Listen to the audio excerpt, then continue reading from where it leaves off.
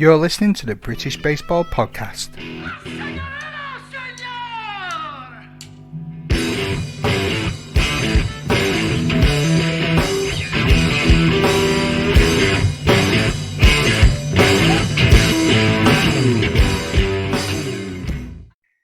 And joining me on today's edition of the British Baseball Podcast, I'm delighted to be joined once again by the Great Britain General Manager Doris Hocking, and she's brought along with her two very special guests, filmmaker and WB UK Ambassador Cami Kidder.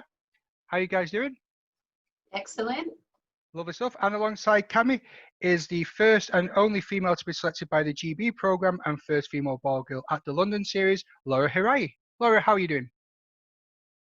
I'm very well, thank you. How are you? Yeah, I'm very well, cheers. Thank you very much. And thanks again for joining us on this Women in Baseball Week edition. So let's get to it. So I'd like to know, first of all, what does the game of baseball mean to you? And we'll start with Laura if you want. Sure. I mean, it's very cliche, but baseball does mean everything to me.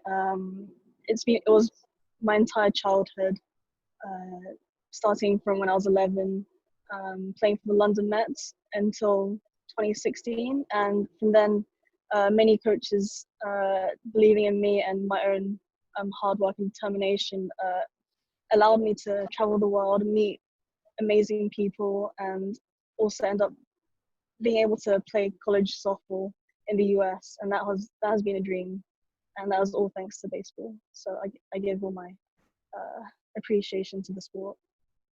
Lovely. And what position do you play? I play middle infield, so shortstop and second base. Nice. Cami, how about yourself? That's a tricky question for me because I think baseball is the great unrequited love of my life. I'm so enamored and yet frustrated and angered by baseball sometimes. It started with childhood for me, going to games with my dad, going to Fenway Park, and there was just kind of nothing quite like that moment when you come up the steps and then you see the green monster and it just transports you. And probably been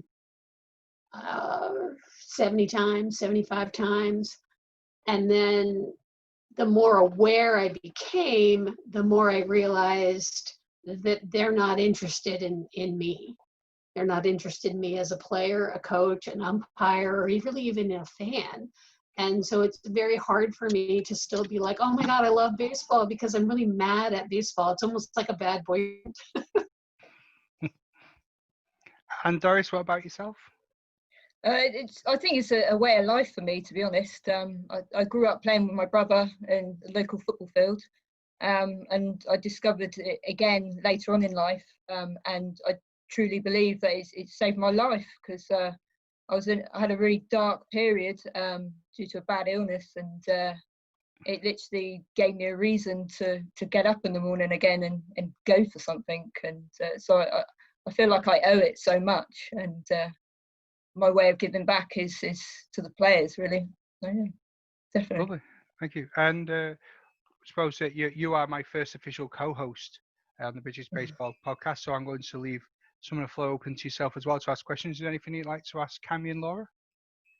Yeah, Cami, tell us about your movie that you're making. You know, I know you've worked really hard over the years, and we've got some great supporters in the UK for it, and we're itching to see it. So yeah, tell us more. Okay. Well, it's been a giant journey, which has been good.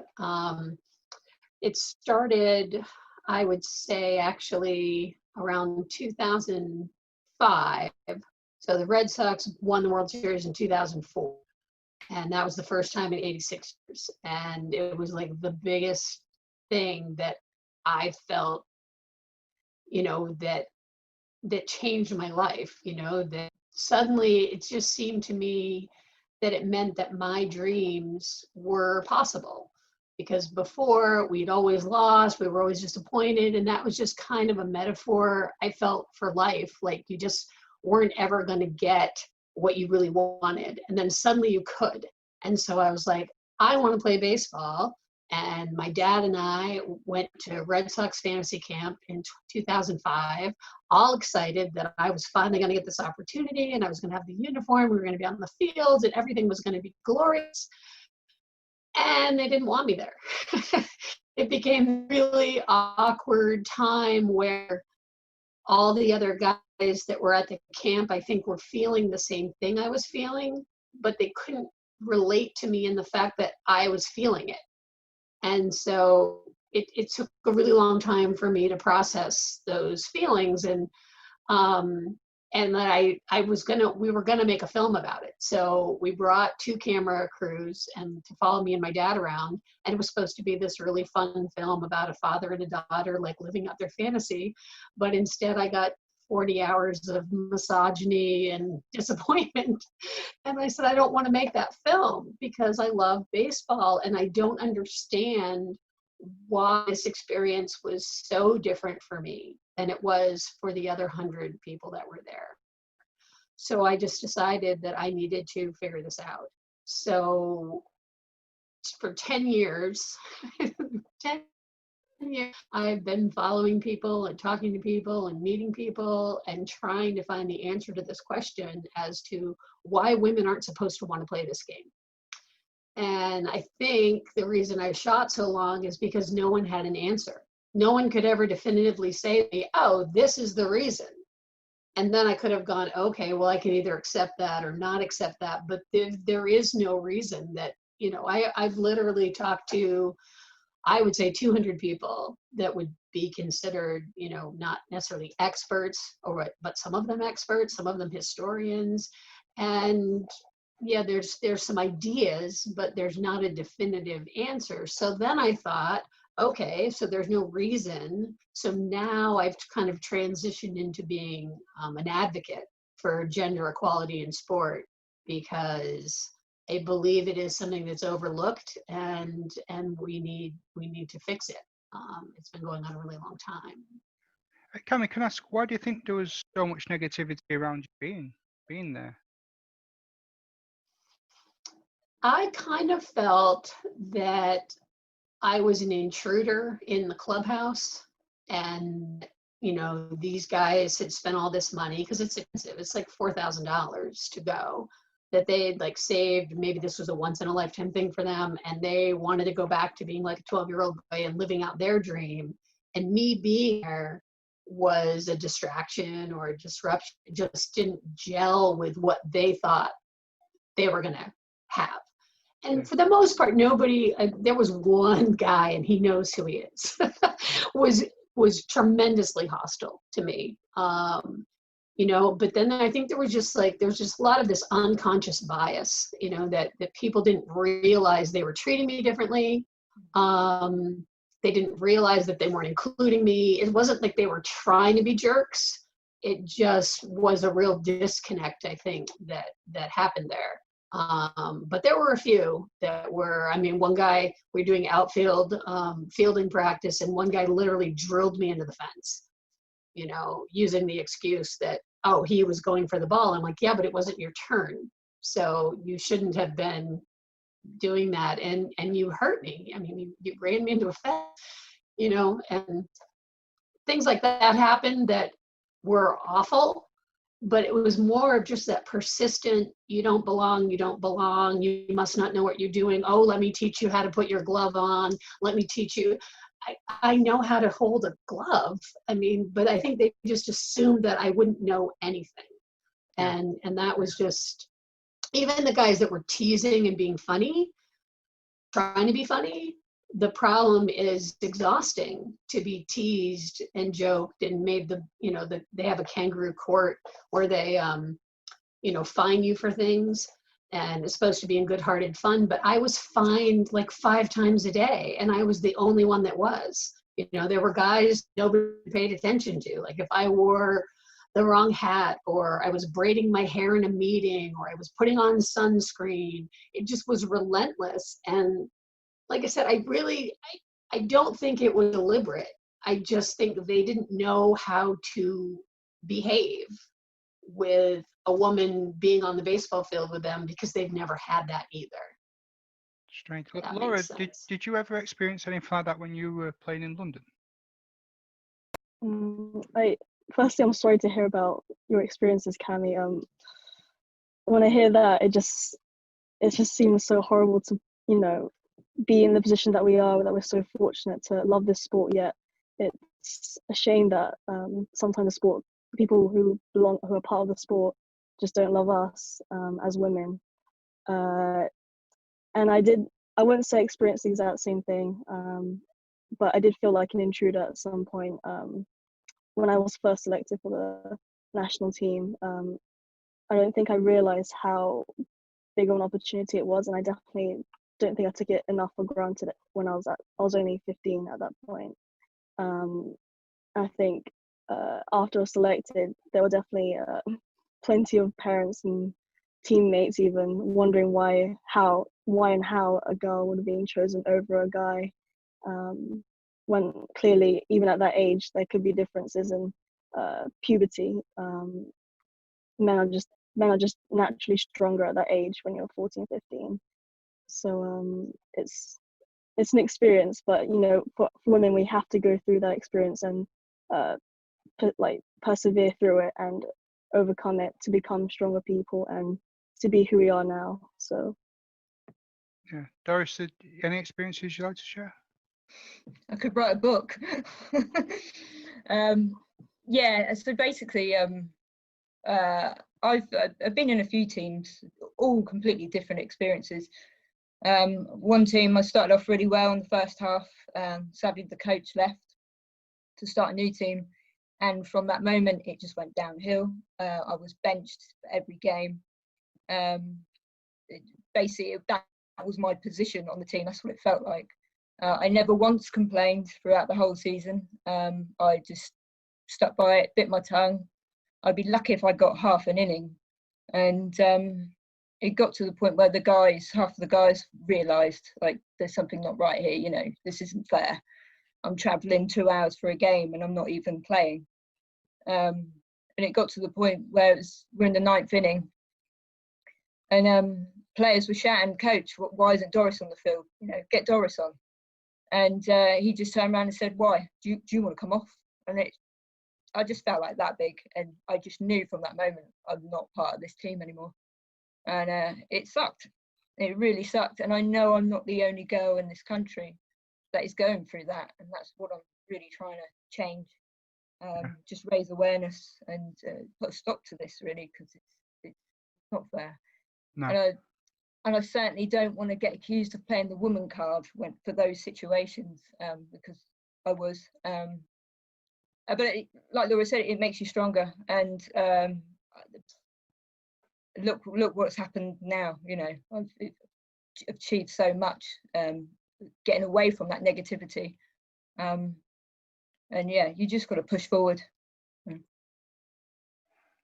Did anybody actually volunteer to come off so that you could play, or were you surprised by any reactions? In the last 5 minutes, someone did come off, and it would have been my turn to bat next, but that coach barged past me to take the plate. He wanted to be the hero, because basically it would have nobody got a hit that game, so it was going to be a perfect game, and he just wanted to be the hero. But I never even got a taste of that one of those amazing pitches by Eli in Exeter, and it still hurts now to this day. But the team now is moved forward. There's been some changes since then. There were complaints, not from me, but I certainly said what I thought, and probably said a bit too much. But that was anger. That's what baseball does. It's passion. So, but yeah, I'm working really hard so that doesn't happen to another female player in this country and across the world. Yeah, definitely. Would you say then that your experiences, the negativity, sort of spurred you on to become stronger, or were there times when you had your doubts? If so, how did you overcome it, Cami? Well, I think the biggest difference between Doris and Laura is I'm not a very good baseball player. So I could understand in a way that, you know, wanted their strongest 9 out there. But at the same time, this is fantasy. It's not real. It's not a league. There's no championship. You know, I think there were guys that went down there that actually thought that they'd been missed somehow, and the Red Sox scouts were going to see them. And if they could only show, you know, that, and I'm like, you dudes are like foiled insurance salesmen. I mean, no one is being scouted here at fantasy camp, but that's how some people behaved. And I think that's just, you know, part of being a competitive person, part of having passion for the game. But it's a difficult thing, because I look back at that footage of me not playing baseball for the most part. At fantasy camp, everyone bats. So that's kind of their out. So, you know, if there's 10, 11, 12 people on the team, everyone bats in the game, but you may not get any on-field time. And I actually bat pretty well. I mean, I've got footage of me like getting RBIs and like all this kind of stuff. So I didn't completely suck. There was no reason for them to be like, oh, we don't want her out there at all because she's going to help us lose the game. But even if I did, it's fantasy camp, right? But I look at that footage and I don't see myself, see me sort of being changed by their reaction to me. It's a very strange experience, because I'm giggling a lot and I'm smiling and I'm like, and I look like I'm having a great time. So for their point of view, they might have thought I was having a great time. And it took me quite a few times to be like, I think that was a defense mechanism. I think that was me just trying to get along and trying to fit in when I know I didn't fit in. And we as women were kind of all socialized to be, you know, gentle and smile more and don't speak up and don't get angry. And so I think that came out. Now I'm more mad at myself that I didn't say, hey, like, I didn't pay girl money to come down here. I paid regularly just like everybody else. Why am I not getting experience? But then, like Doris is saying, so is that the woman card? I'm like, no, that's just me saying, look, if everyone here on this team is getting to play 30 innings, why am I playing 2? Because it's not like there's anybody else that's only getting 2, you know, unless they want it, unless they're like super old or whatever. So there's that balance that we need to find, like, how can we raise our voice and be clear and declarative and advocate for our own opportunities without being whiny, without being, you know, any of the other words that people put on women that are gender specific. Or we just, like you said, just kind of and shut up, then nothing ever changes, and everybody's like, oh, you know, she knows her place, or there's nothing really wrong here. You know, they handed me the scorebook. Like, I'm keeping score at fantasy camp. That was not my fantasy. You know, just sit on the bench and keep score. So, but I think they thought, oh, we'll give her something to do. But, you know, just wanted to play. Yeah.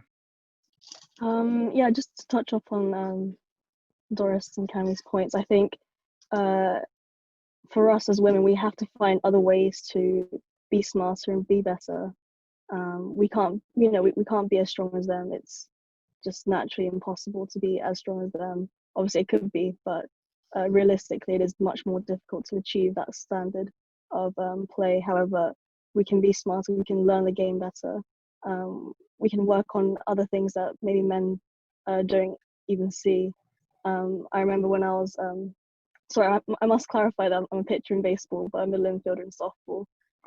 But when I was pitching in baseball, I didn't throw a heat. I did not throw 90 miles an hour. I did not throw fast compared to all the other boys. However, I did have a lot of technique and skill. I had a change up and a curveball that fooled many players, not just because of my height as well, being 5'1", but you have to find ways.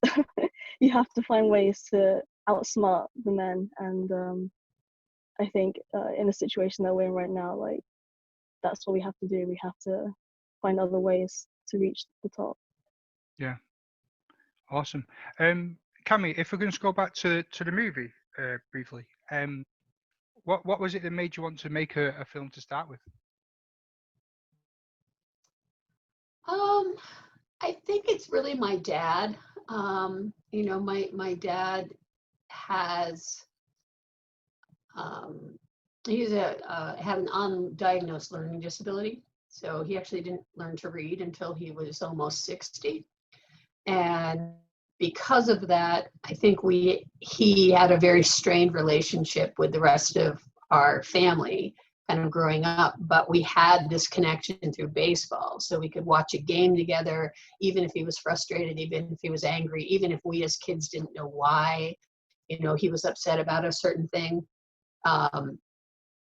And when he wanted to do this fantasy camp, I could just sort of see the spark in him of him going back to his childhood, pursuing the dream that he didn't get to have. And I wanted to be part of that. And I just thought, oh, this would be just a fun, you know, film. I'd made a couple documentaries before.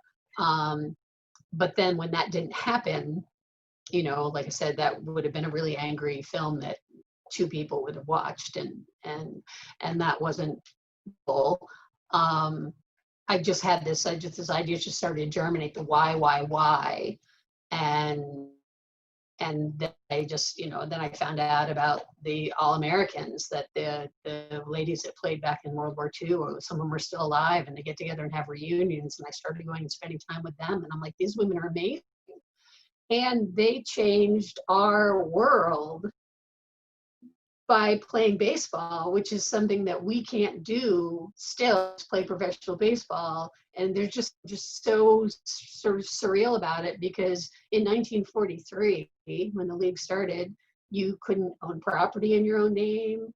You basically gave up your name when you married. You became Mrs. Frank Thomas. You didn't even stay Susan Thomas.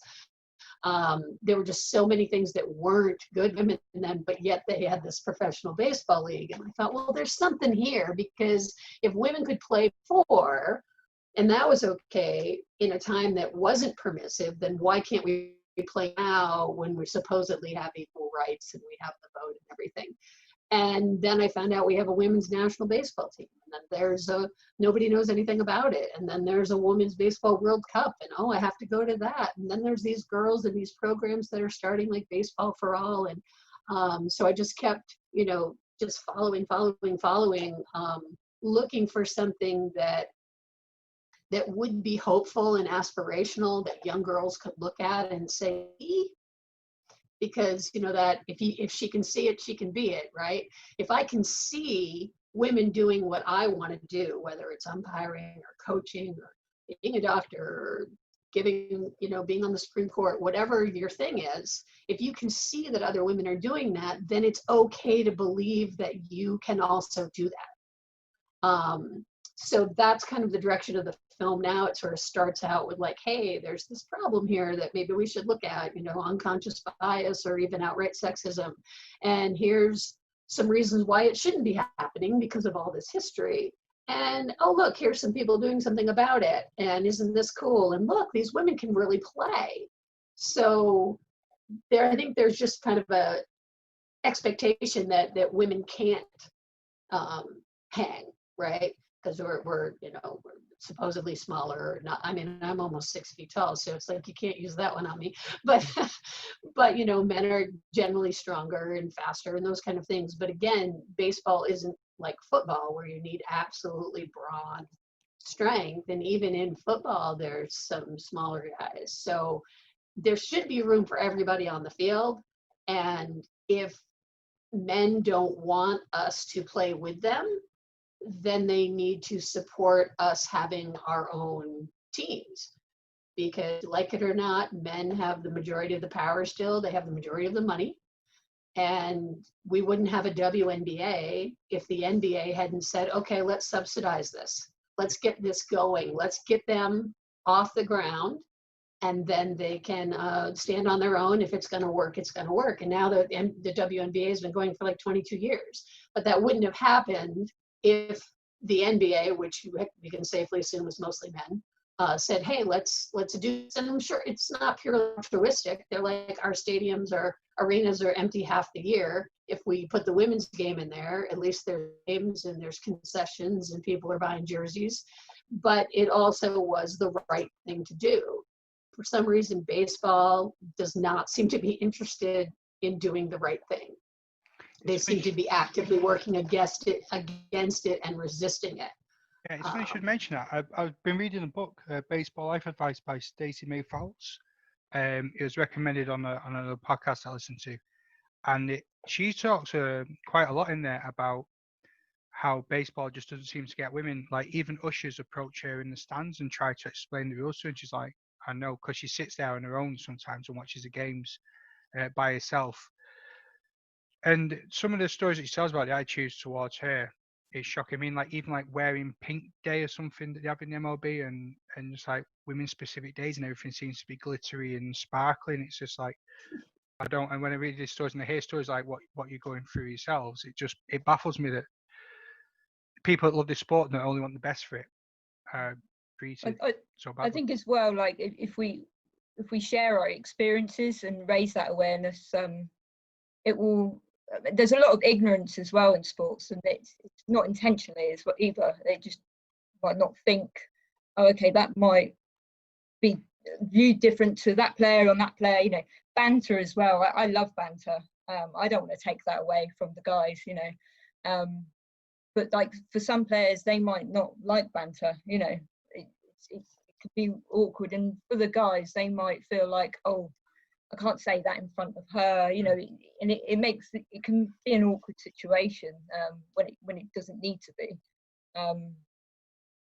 But it's things like I remember going to one club I visited last year, and the guys were just adjusting their cups in front of the women, like right in front of me, and I just thought, dude, turn around and sort it out, you know, not in my face. It's just little things like that, just, you know, think twice. But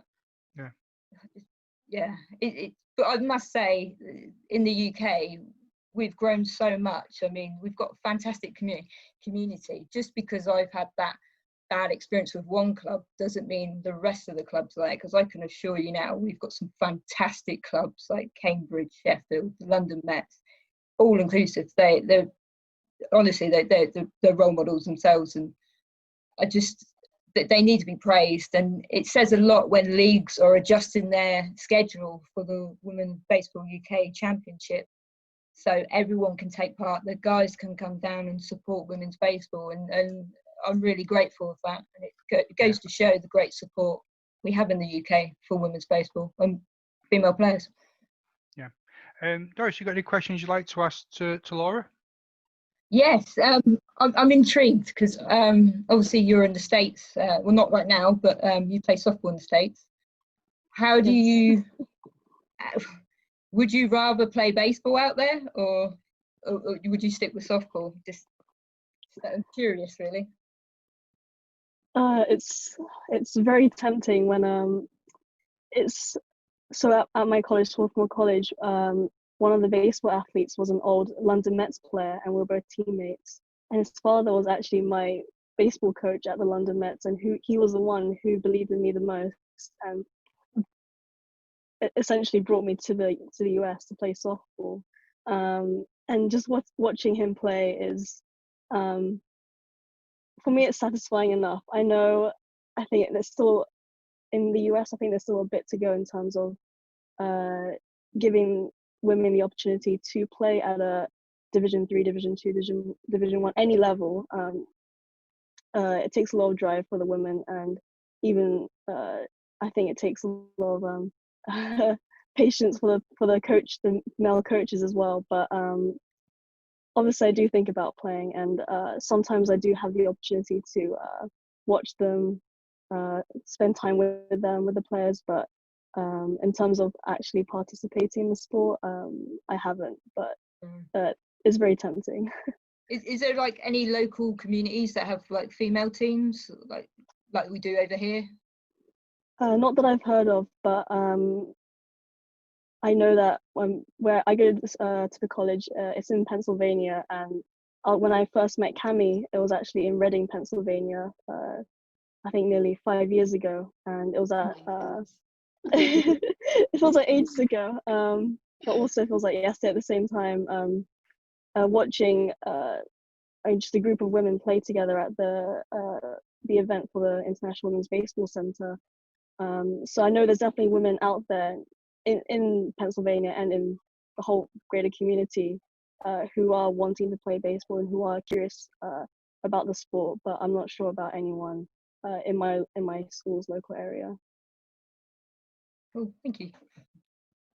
Yeah, International Women's Baseball Centres, the one that are the ones behind Women in Baseball Week. Ryan Woodward, I believe, created it. Cami, can you tell me more about International Women's Baseball Centre? Yeah, the International Women's Baseball Center has been going I would say maybe 7 years now. And it was started by Kat Williams, who is a history professor at Marshall and an author. And she is a big proponent and collector of stories. There you go, her newest book from the league, the All-American League, because it did have such an influence on so many of us. But also seeing that if we can connect the past, to the present, then maybe the future gets a lot easier. It's this historian, Deborah Shattuck, and she wrote a definitive book on women's baseball and the Bloomer Girls, which is a book that's about this thick, and it's brilliant. She said, I think the problem is that there's no historical memory that women have always been part of this game. And it's funny because if you look at even a modern team, and if a girl grew up playing on the same Little League team, the boys are not the ones with the issue. Her teammates are not the ones with the issue. Sometimes it's the opposing team, but that's led by a coach. So it's an adult saying that this is wrong to these kids to be playing, or it's an umpire. There's some horrific stories of things that umpires have done to girls that are trying to play. Or it's sadly, the biggest thing that drives me insane is that it's the women, it's the mothers of the boys are the ones telling their sons that girls should not be playing. And so we're doing it to ourselves, and we have to figure that piece out. So the International Women's Baseball Center was like, well, let's see if we can create a museum, if we can create an umpire school, if we can create a place where it's okay to not be great, to be learning. It's because what's really happening is the girls that are finding opportunities, which is great that they are, but they are like, you've got to be the number 1, number 2 player on the team. Nobody's interested in giving an opportunity to, somebody who's really not very good. And how do you get better if you don't have opportunities to play? So the International Women's Baseball Center has a piece of land in Rockford, Illinois, which was the home of the Rockford Peaches. And they're in a fundraising cycle to try to get money to build this actual center. But Ryan, in the meanwhile, said, Ryan is also, he's a librarian by trade. And he's like, well, let's do as much as we can to bring awareness to the fact that women play this game, have always played this game, are part of this game. He created this, I think it was his husband actually that created this lovely logo, Brian, and they created a website, and they contact libraries all around the world. And so if you go into a library on Women in Baseball Week, hopefully there'll be, well, I don't know if anybody can go into a library right now because pandemic, but the last couple years, you go in there and it greets you with a display of, here are books by women about baseball. They're about women baseball players, women umpires, and just trying to underscore that it's not weird that we're doing this. This is totally normal. Women have always played, but for some reason, society wants to forget that we play this particular game. So that's what Women in Baseball Week is all about. And the International Women's Baseball Center is really trying to be that hub, sort of, there's this group over here doing this and this group over here doing this. And it would be easier if we were all kind of speaking the same language and coming together and raising our collective voices and saying, okay, enough of telling girls that they don't belong, enough of girls having to sue Little League in 1974. And, oh, look, Little League starts softball the very next year. Like, there's some deliberate conspiratorial things that are keeping girls from growing up in this game. And we need a lot of different voices in a lot of different communities to stop that from happening. I mean, what sort of radical things do you think must change in order for women's sport to be taken as seriously as men's sports? I mean, like with attitudes, like it's 2020, and it just seems like there's just barriers everywhere. What can the male athletes do in the sport to help the women in baseball? Or not just women in baseball, male athletes in any sport help the women in their sport. How can we help them? I think in particular, the men in football are a lot more supportive of the women.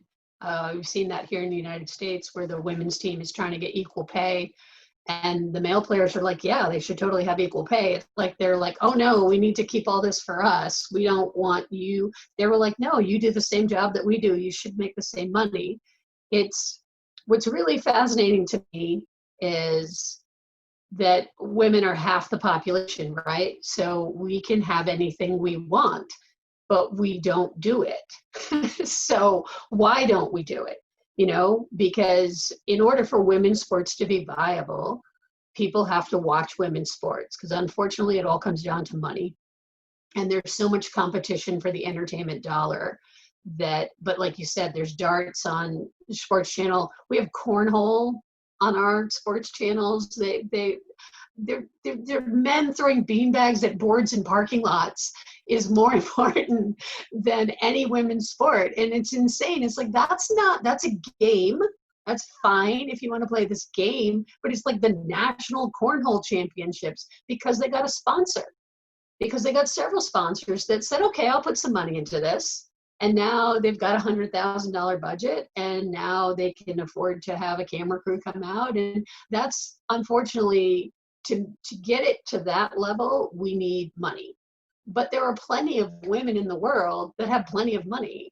So why are they not engaged? I think that's kind of the missing thing. I don't think women should be sitting around going, well, men should be doing this for us.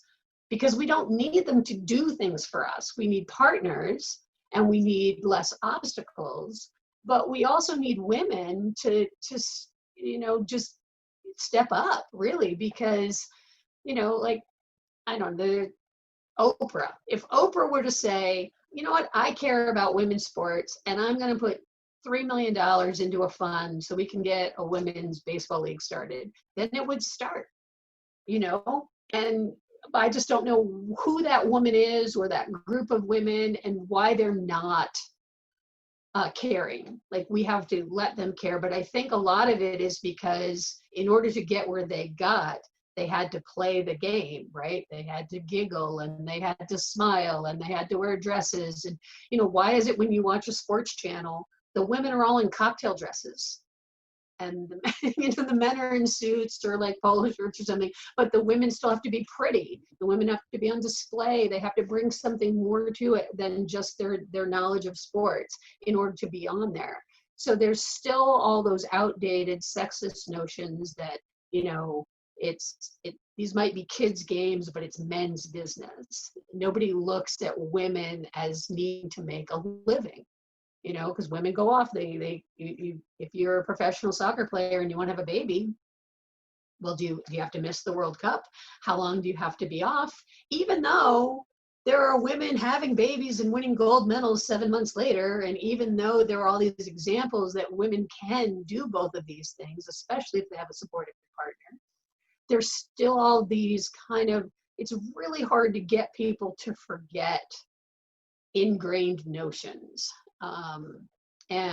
But that's my big thing, is that, you know, women need to help other women and support other women instead of, you know, it's just too common to tear ourselves down, even when it's, like I said, the mothers of the boys that are doing this to young girls. I'm like, don't you have daughters? Don't you have a 10-year-old daughter? Why do you want her to think that her dreams are not as important as her brother's?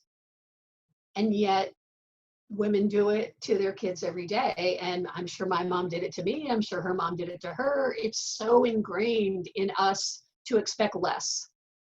and that it's an indulgence or it's some kind of unnecessary thing for us to have careers in sport or something, like, because that's, men, I got that taken care of. We don't really need women to do that too. That's the thing I think really needs to change. And as much as it's, like I said, it's great to have, partners, especially male athletes, people with voices that people listen to. Like if LeBron James, he could support women's, maybe he's got daughters. Like there's got to be Major League Baseball players that have daughters. I think Pete Betts has daughters. Like he has millions of dollars. Like why doesn't he care about this? Why doesn't he talk about it? And just because he's not aware it's an issue, but if you've got daughters, how do you not know it's an issue? Yeah, good point. Sorry, I'm ranting. No, it's fine. Laura, have you got anything you'd like to add?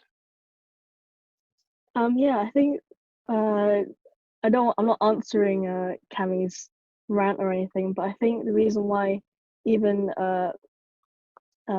fathers of daughters maybe not allow, but don't seem to look at women's baseball is because they see so many other opportunities for women that's not baseball. There's so many other sports that women can play, and they probably direct the children or their daughters towards those sports. I'm certainly lucky that I had parents who were very open to anything that I did and believed in me, whatever I did with any sport, whether it was football, baseball, softball, golf, whatever. But I think it's just engraved in our society and our lifestyles that women's baseball is just not a sport yet, and that has to come from that start from the very beginning that it is a sport for everyone. Yeah, Doris. Yeah, and I agree with what Cami said about how women should do more, and step up. I think after I left my first team, I looked for opportunities for women's baseball, as I've always followed it, watched the World Cup.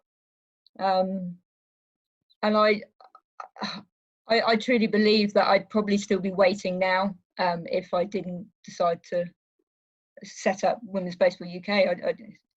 I had to travel to France to get some experience and gaming opportunities, and I want to use that to bring that over here and create opportunities in the UK. But I think we all need to do our little bit in general for baseball in the UK, not just for women's baseball. I think there are quite a lot of negativity, and I just think, play your part. We all love the sport.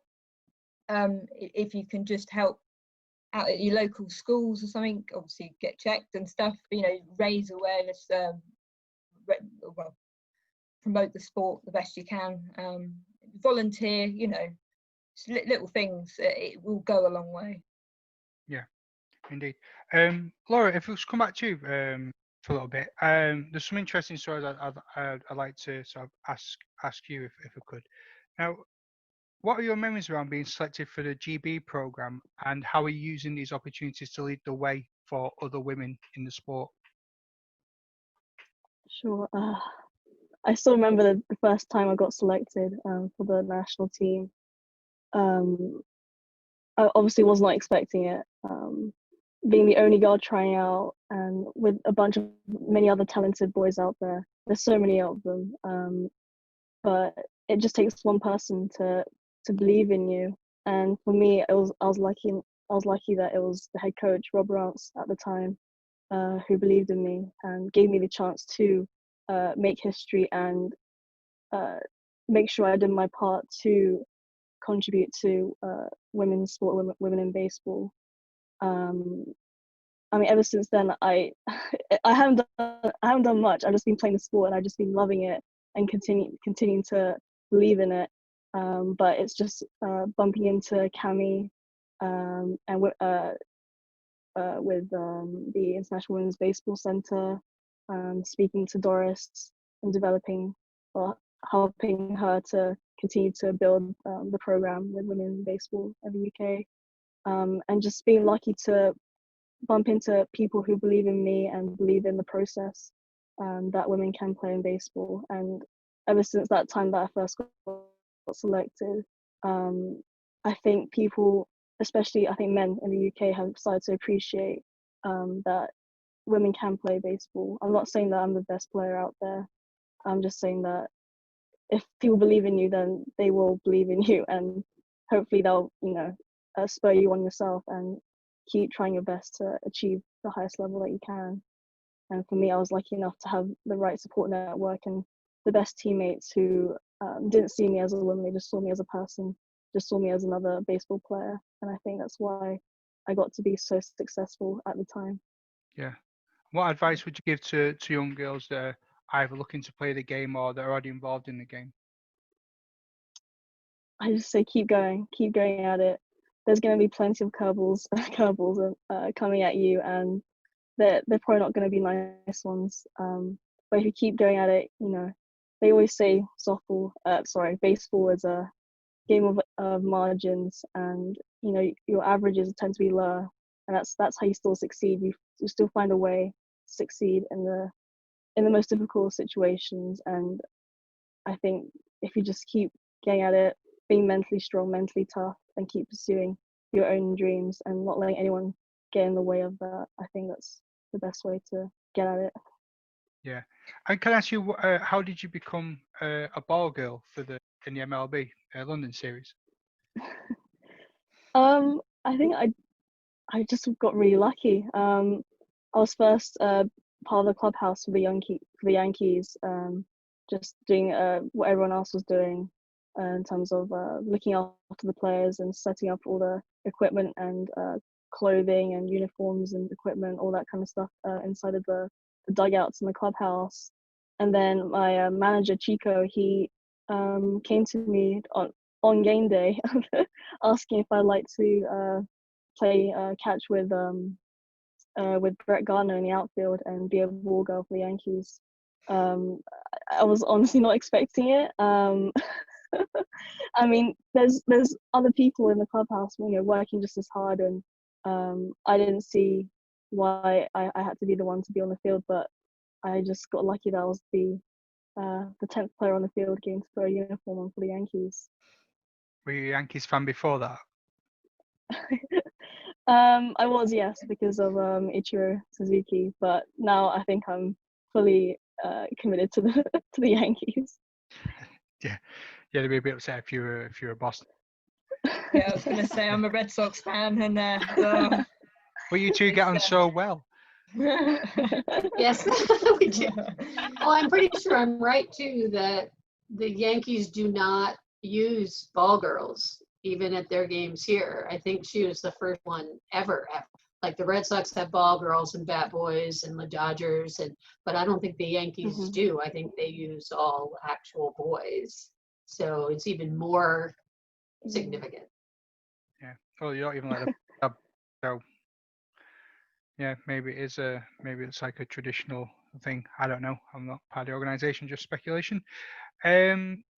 Which females in a game do you look up to, Doris? I'll start off with you in that one. Say that again, sorry. Which females in the game do you look up to? Do I look up to? Well, I've got quite an interesting team. They're all French, a couple of Dutch girls sometimes, and they're all individually, really. They're all unique. I think if you're going to talk about game, it's got to be the catcher. I think they're like the quarterback for baseball.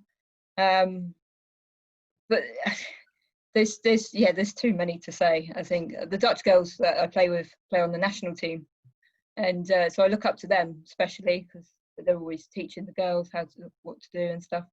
But you find yourself continuing like learning from each player, what to do and stuff, and it's a great community, definitely. Okay. Laura? I had the privilege of meeting some of the old players who played in the All-American Girls Professional League. So I definitely look up to them. And also, I'm just giving shout outs to Rachel Berkovich of the Yankees, being a hitting coach, Renee Davis, who got to use her voice and her platform playing for the Little League World Series, Alyssa Nacken for the Giants, working as an assistant manager in that program, and Justine Siegel for being one of the first coaches in the professional major league field. Great shout outs. Yeah, very good. Cami? How that is, I didn't think that was a hard question until I started thinking about it. I think I learned something from every single person that I talk to. It's kind of my interviewing style. I just keep talking to them and asking them questions until they say something that makes my spidey senses tingle. And, like Perry Barber, as an umpire, she's been an umpire for 40 years. She's umpired all over the world. The greatest thing about Perry is not so much that she's one of the first umpires ever to have a long career as a woman, but the fact that she's constantly reaching back.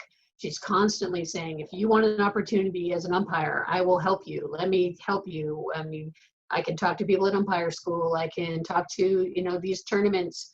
When there's a women's baseball tournament, she makes sure that they're all female umpires, because why wouldn't you? But it's easier to just hire the umpires that you normally hire, and not saying that we want to, take opportunities away from men, because none of these guys nobody's making a lot of money as an umpire on these levels.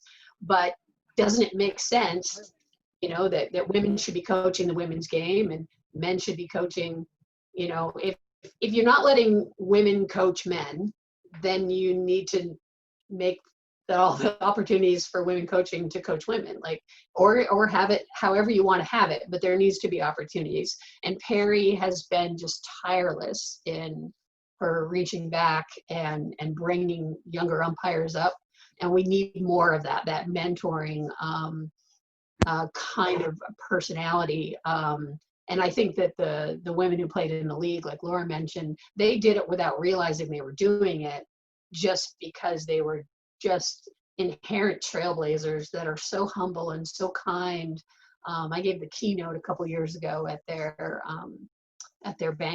reunion, and I said, you don't even know that just by the fact that you were a professional athlete and then paid for yourself to go to college because you made money that you couldn't have had before, and then ended up with a PhD, and you've coached for 35 years on the college level, you've changed my life. You've made my life better, because people look at you and say, oh, I guess women are capable of more than what I thought they were. And female athletes and male athletes have learned from women that can go, oh, well, that's pretty cool that I'm, there's that light dawning moment, because, no group is a monolith, right? It's not like men all think this way or women all think this way, which is why you have the pink sparkly baseball caps. Some women love them, some women do not, but there should be both choices or multiple choices. And I think that those are the women that really inspire me, are the ones that say, who can I help? Who can I encourage?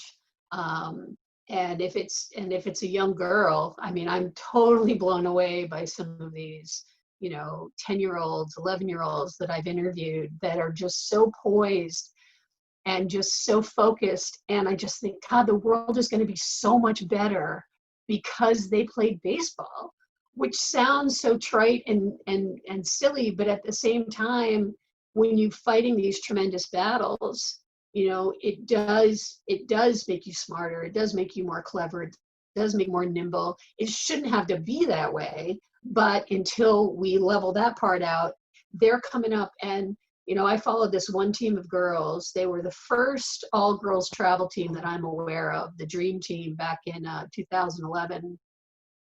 So now they're in college, which is crazy, and they're having babies, and things are happening. And I'm like, I have this footage of you and you're tiny. But all of them are tremendously productive members of society. They play the violin, they're valedictorians, they're going to Dartmouth, they're hockey goalies.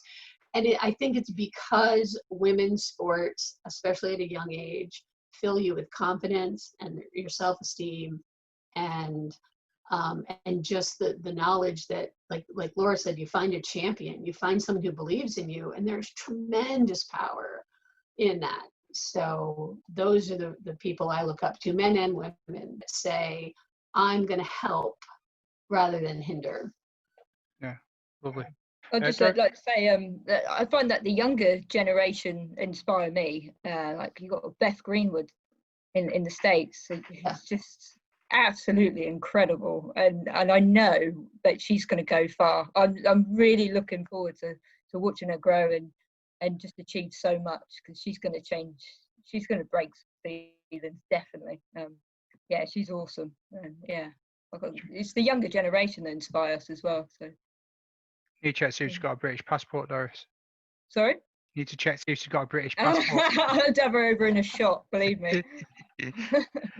Doris, have you got any questions as we reach towards the end of the show? Is there anything you'd like to ask? Yeah, just a quick one for Laura. Just what does it mean to you to represent Great Britain as a player? Well, I could go on and on about how lucky and privileged I am to even wear the jersey and have Great Britain along my chest, because I know that you don't get that chance all the time, and not everyone gets to achieve it. And I was just so lucky to be one of those people. And every time I put that shirt on, I made sure I wore it with pride. And you deserved it, mate. You deserved it. It wasn't Thank lucky. you so much. You worked for that. Thank you so much. Well said. Any more questions, Doris?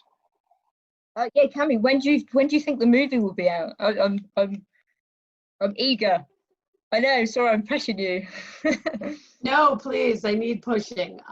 Actually, right now, my editor is working on a second draft.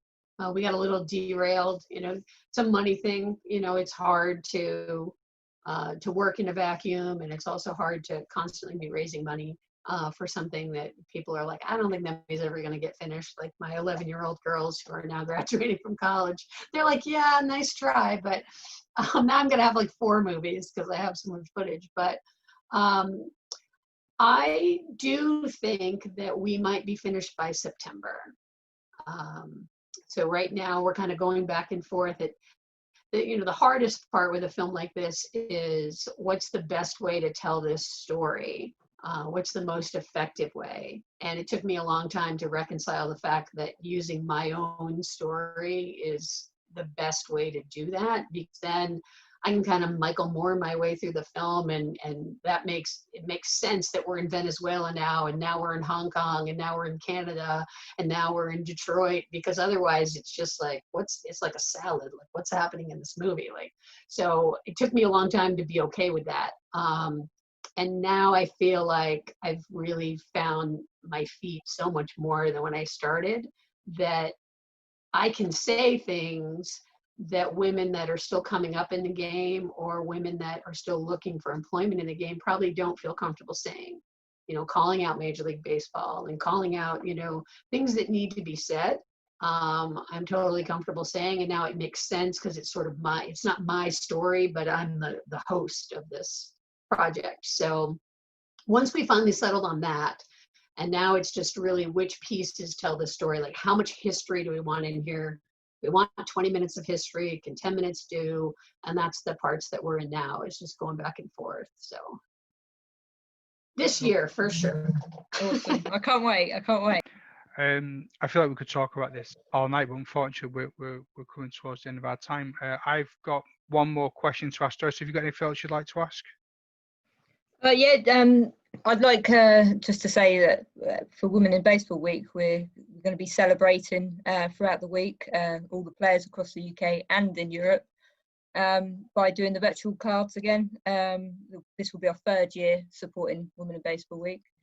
Unfortunately, there's no championship for this week. That's obviously been postponed. Awesome. And I'm really eager as well to involve blind baseball as well for the WBUK Championships in some way. It's an event open to all players, any disability, and it's more focused on the development tournament, and I'm really keen to let everybody participate. So yeah. Awesome. So my final question is one that I like to sort of leave off with. It kind of leaves a nice note to go off on. Is if you have one wish for baseball, what would it be? And it was my partner that actually came up with that one, Jocelyn. It's one of my favourite questions to ask my guests. So I'll leave that open with you, Laura. That's a very good question. um, I guess the first that came to mind was the ability for everyone to watch the game. I know it's televised in the US a lot, but for us in the UK, it's hard to, get the ESPN app or even subscribe to those kind of things. But if there was a way to be able to televise the sport across, globally, it will grow the sport and raise more awareness gradually of hopefully women in baseball as well. Awesome. Doris? Yeah, the same really. Grow the sport, bring back to the 1930s style women's baseball, because that seemed to be booming. That'd be cool. Just see more facilities improve as well across the UK. That'd be good. Cami? I have two wishes, a small one and a big one. The small wish is that while there aren't any live sports, that ESPN and MLB would go and broadcast the Women's World Cup games, because they were all filmed and they're actually really well done with multiple camera angles and announcers, and they're just sitting there. And if they put them on TV, people would watch them. If people watch cornhole and darts and poker, that they would watch this if it was put in front of them, and then they'd start developing an audience. And that is just so easy to do. And the big wish is that baseball would share more. I think they need to make room. They need to share internationally. It just, especially Major League Baseball, the organization seems to be kind of usury and greedy, especially with young players, like snapping people up from the Dominican Republic when they're 13, 14 years old. It's like, if that rule's not okay for US players, then it shouldn't be okay for foreign-born players. And like Laura said, just the accessibility, but I just think they have so much that they could share and make this, a much more. My dad says baseball is the key to world peace. That if people played baseball games instead of fighting wars, then we could solve world peace. So that's the big wish. Nice way to put it. How do you think I can use my platform to help women in baseball? I think it's helping raise awareness, and just promoting women's baseball is a massive step as well. And not just women's baseball, just for all teams and mixed teams. I'm not trying to take away the girls from the mixed teams. They love that, and I'm just creating an extra opportunity for them to play, really. But I think by just talking about these issues as well will go far. That's the main thing, is discussing these small problems, and it will help the sport grow. Thank you. I like to leave the last word open to the guest. And Laurie, anything you'd like to add? Any shout outs, any mentions, any part? Yes, firstly, thank you so much for having me on this show. I'm very lucky to be talking to you and with Doris and Cami, being surrounded by great people who want to share spread the word about women in baseball. And I'm really grateful for you guys. So thank you very much. I'd also like to give a massive shout out to the Great Britain baseball coaches from the national team, particularly Will Linton, Liam Carroll, Cam Mahag, Zach Gracer, and as I mentioned before, Rob Rance, who first chose me to be part of the Great Britain national program. And I truly appreciate and I'm really grateful for them trusting in a girl who also had a dream, just like every other guy out there. So thank you. And thank you too as well for leading the way and shining that light for the youngsters to follow. Doris? Yeah, no, just want to thank Laura for coming on. It doesn't matter that you're younger than me, you're still a role model to me, and you're going to be a role model for many players to come. Yeah, there are a lot of women in the sport at the moment that are doing some great things, so keep on plugging away and keep shining that light. And that brings us to a close to the show. So all that's left for me now is to say thank you to the guests and ta-ra, and I'll see you soon. Doris, take it easy. Take care. Thanks, guys. Laura, take it easy. Ta-ra. Thank you. And we've lost Cami. I don't know where she's gone, but I'm sure I had so many more questions to ask her about a movie. But never mind. Maybe that'll be for another time. So enjoy Women in Baseball Week, and I'll see you on the other side.